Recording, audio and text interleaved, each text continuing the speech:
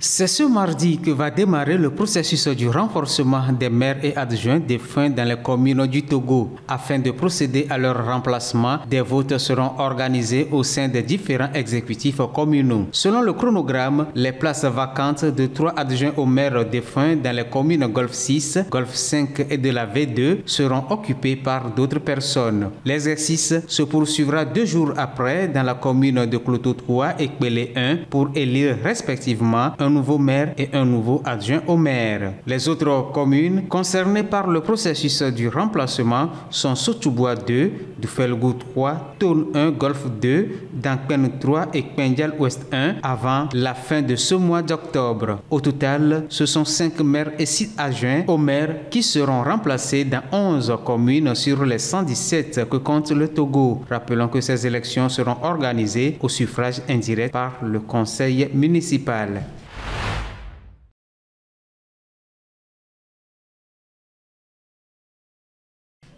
Le Togo a donné le coup d'envoi du mois du consommé local le 10 octobre dernier à Kpalimé. Instituée depuis 2020, l'initiative a pour but de promouvoir l'économie locale, encourager la durabilité, célébrer la diversité culturelle, éduquer et sensibiliser les Togolais à s'intéresser aux productions locales en vue de soutenir les producteurs togolais. Cependant, beaucoup de consommateurs togolais rechignent à prioriser les productions locales. La principale raison évoquée est que les productions locales ne respectent pas les normes de qualité. Une inspection approfondie dans les institutions spécialisées en contrôle qualité révèle que l'argument de certains consommateurs sur la qualité des produits made in Togo est infondé. Selon le ministre délégué auprès du ministre du Commerce, la majorité des produits locaux testés par les institutions de contrôle qualité respectent les normes de qualité exigées. En dehors de la qualité, les consommateurs togolais se plaignent aussi de l'indisponibilité des produits made in Togo. Dans les magasins et supermarchés, les produits made in Togo sont presque inexistants. Bien que le gouvernement ait demandé aux promoteurs des magasins et supermarchés de faire une bonne place aux produits togolais dans leurs rayons, la mayonnaise ne prend pas encore. L'inspection approfondie dans les institutions spécialisées en contrôle qualité répondait aux préoccupations croissantes concernant la qualité des produits made in Togo.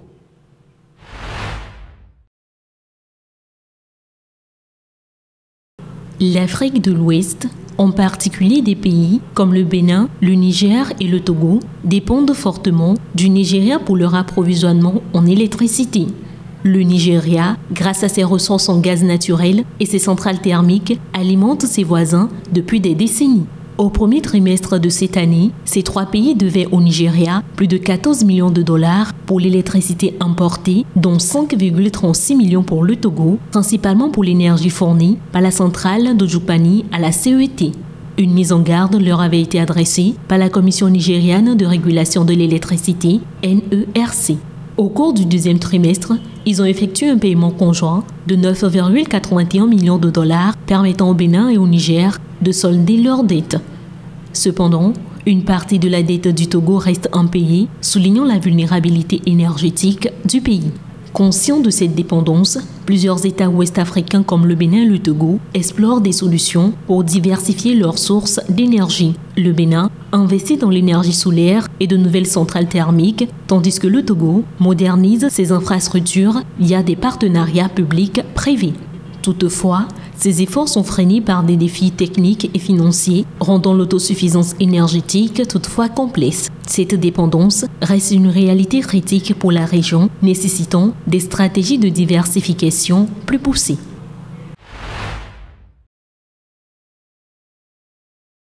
Serrer sa fille dans ses bras. Une sensation douce pour ce père de famille qui, lui, n'était pas au Liban ces derniers jours. Il était au Sénégal. Les Hachem vivent entre les 2 pays. Leur maison libanaise a explosé dans des bombardements. Seuls l'adolescente et sa mère ont survécu. Tout perdu. J'ai perdu mon fils, j'ai perdu ma maison, tous mes rêves, tous mes souvenirs, tout. C'est dur. Qu'est-ce que je vais parler encore? On ne peut pas imaginer. On a un fils de 14 ans et demi qui disparaît comme ça. Il y a 10 minutes avant, je parlais avec lui. 10 minutes après, on m'appelle. Il n'y a plus de maison, il n'y a plus de fils. Le Sénégal, un refuge pour ces ressortissants sénégalais dont certains sont originaires du Liban, d'autres établis là-bas. 117 personnes ont été rapatriées, volontaires pour fuir les combats qui opposent le Hezbollah et Israël, et qui en un mois ont tué plus de 1400 personnes côté libanais. Ce vol a été organisé par les autorités sénégalaises. Le Liban a des liens historiques et très anciens avec le Sénégal. Étant donné la situation d'hostilité, les bombardements, vous savez, toutes ces personnes déplacées, le gouvernement sénégalais se devait d'agir. Samedi, plusieurs centaines de personnes ont manifesté à Dakar et appelé à un cessez-le-feu dans tout le Moyen-Orient. La communauté libanaise compterait environ 30 000 personnes au Sénégal, où elle est présente depuis la fin du 19e siècle. Beaucoup de ses membres ont la double nationalité et nombre d'entre eux ont gardé des liens forts avec leur pays d'origine, où une partie de leurs proches réside encore.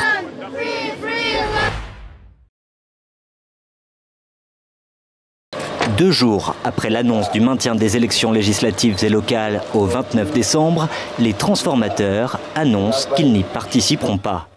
Aujourd'hui, dans ces conditions, participer aux élections reviendrait purement et simplement à servir de caution à l'installation de l'apartheid et de caution à un résultat qui est déjà dans les ordinateurs du camp en face. Succès Masra demandait le report des scrutins en raison des inondations qui ont endeuillé le pays, mais aussi le temps de réviser les textes électoraux et de refonder les institutions électorales. Pour aller aux élections, il faut que les conditions soient réunies de telle sorte que les compromis et tout ce qui doit aller avec, que nous soyons d'abord d'accord. Ces genres d'élections, ce sont des élections truquées d'avance. L'annonce a été faite au cours d'une cérémonie d'hommage aux victimes de la répression sanglante des manifestations du 20 octobre 2022, organisée pour réclamer le départ des militaires au pouvoir. La première fois, c'était ici, au niveau du dos, et une deuxième ici, qui avait complètement déchiré la main. Bon, le nom aussi derrière les baffes là, c'est le nom de toutes les victimes qui sont tombées, ceux qui sont morts le jour de ces événements 20 octobre là. C'est triste malheureux. Où aujourd'hui nous sommes réunis pour commémorer leur mémoire, pour porter leur voix, et pour que leur sacrifice ne soit pas vain. 2 ans plus tard, les victimes attendent reconnaissance, compensation et justice, mais l'accord de Kinshasa, qui a permis le retour au pays de Succès Masra, prévoit une amnistie générale pour les crimes du jeudi noir. À Kinshasa, c'est comme un cauchemar qui se répète inlassablement. Les dégâts provoqués par les pluies diluviennes de ces derniers jours sont énormes. Certains quartiers sont à peine reconnaissables. À Matongé, par exemple, tout est encore sous l'eau. En raison des fortes pluies, la rivière Kalamo est sortie de son lit et a tout emporté sur son chemin jusqu'au fleuve Congo. Véronique Belengue, qui vit dans le quartier, est encore sous le choc. Elle a dû quitter sa maison à la hâte. Aujourd'hui, elle espère encore retrouver certains de ses biens intacts. Depuis hier, je vis ailleurs. Je suis revenue aujourd'hui pour constater l'état dans lequel se trouvent mes biens restés ici. J'attends que l'eau s'évacue pour amener le reste de mes effets personnels. Je ne peux pas dormir ici dans ces conditions. Les Kinois sont malheureusement fréquemment touchés par ces inondations. Et pour cause, la mégalopole de 17 millions d'habitants manque cruellement d'infrastructures de drainage. Les petites rivières de la ville, les canaux et les égouts sont rarement curés. Les canalisations souvent bouchées par des amas de déchets plastiques. De nombreux habitants pointent aujourd'hui le manquement des autorités locales. On demande aux autorités de curer la rivière de Kalamo, mettre de l'ordre un peu. Il y a beaucoup de saleté partout. Ces importantes inondations ont déjà fait au moins une victime, un petit garçon de 2 ans et demi retrouvé samedi sous les décombres d'une maison. Le nombre de personnes portées disparues, lui, n'est pas encore défini. En novembre 2019, une quarantaine de personnes avaient perdu la vie au cours d'inondations similaires.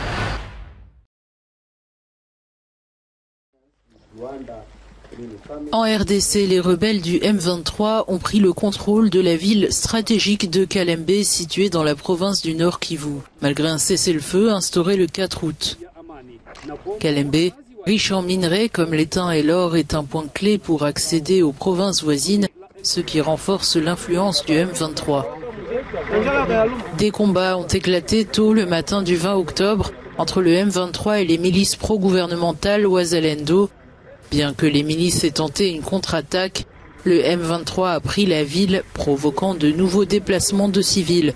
Ce regain de violence intervient après des semaines d'accalmie et remet en cause les efforts de paix en cours sous la médiation angolaise, notamment le processus de Luanda.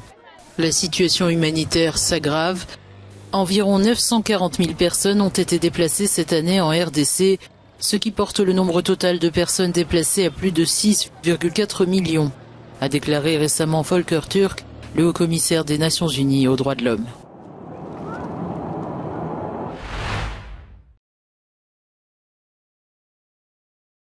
Du 22 au 24 octobre, la Russie accueillera une vingtaine de dirigeants étrangers à l'occasion du sommet des BRICS. Ce sommet d'alliés et de partenaires doit démontrer sa puissance et l'échec des efforts que les Occidentaux ont déployés pour l'isoler depuis la guerre en Ukraine. Le groupe des BRICS est la voix du Sud dans ces plateformes multilatérales où l'Occident domine. Le bloc est le seul à pouvoir vraiment nous sortir de cette situation. Si vous regardez le G20, l'Union africaine ou les autres plateformes ou associations, aucun ne peut sauver le Sud de l'ordre mondial actuel. Il n'y a que les BRICS qui ont une voix et une collaboration puissante.